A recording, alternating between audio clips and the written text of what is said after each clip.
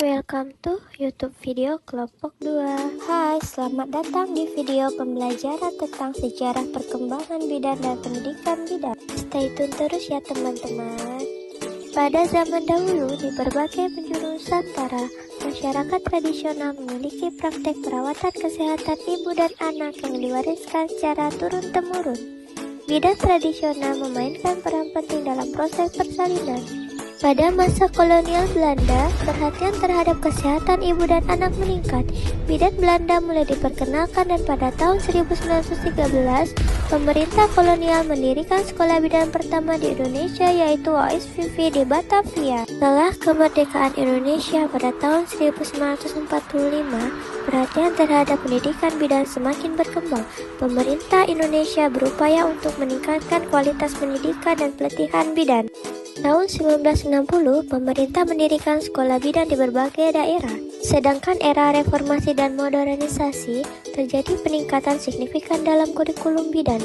Pada tahun 2004, Undang-Undang Nomor 36 Tahun 2009 tentang Kesehatan menegaskan pentingnya pendidikan bidan yang berkualitas untuk meningkatkan pelayanan kesehatan. Pendidikan bidan. Pendidikan bidan dibagi menjadi 4 jenjang sebagai berikut. Diploma 3 Kebidanan. Pendidikan D3 Kebidanan sebagai jenjang dasar. Lama pendidikan biasanya 3 tahun. Persyaratan masuk lulus SMA terutama jurusan IPA. Mata kuliah dasar seperti anatomi, fisiologi, dan kebidanan dasar. Praktek klinik di rumah sakit atau klinik bidan. Setelah lulus bekerja di puskesmas RS atau BPM. D4 atau S1 Kebidanan.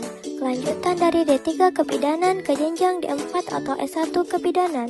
Lama pendidikan biasanya 4 tahun untuk S1 dan 1 tahun tambahan bagi lulusan D3 untuk D4. Pada ilmu kebidanan lanjutan manajemen serta penelitian di bidang kesehatan ibu dan anak setelah lulus memiliki peluang karir yang lebih luas.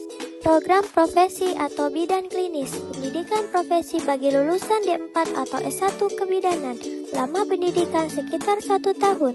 Bertujuan untuk memberikan pengalaman klinis lebih lanjut dan mengasah keterampilan profesional.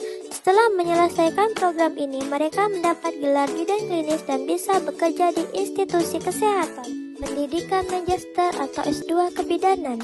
Pendidikan lanjut di tingkat magister bagi bidan yang ingin mendalami ilmu kebidanan yang lebih jauh. Lama pendidikan sekitar 2 tahun.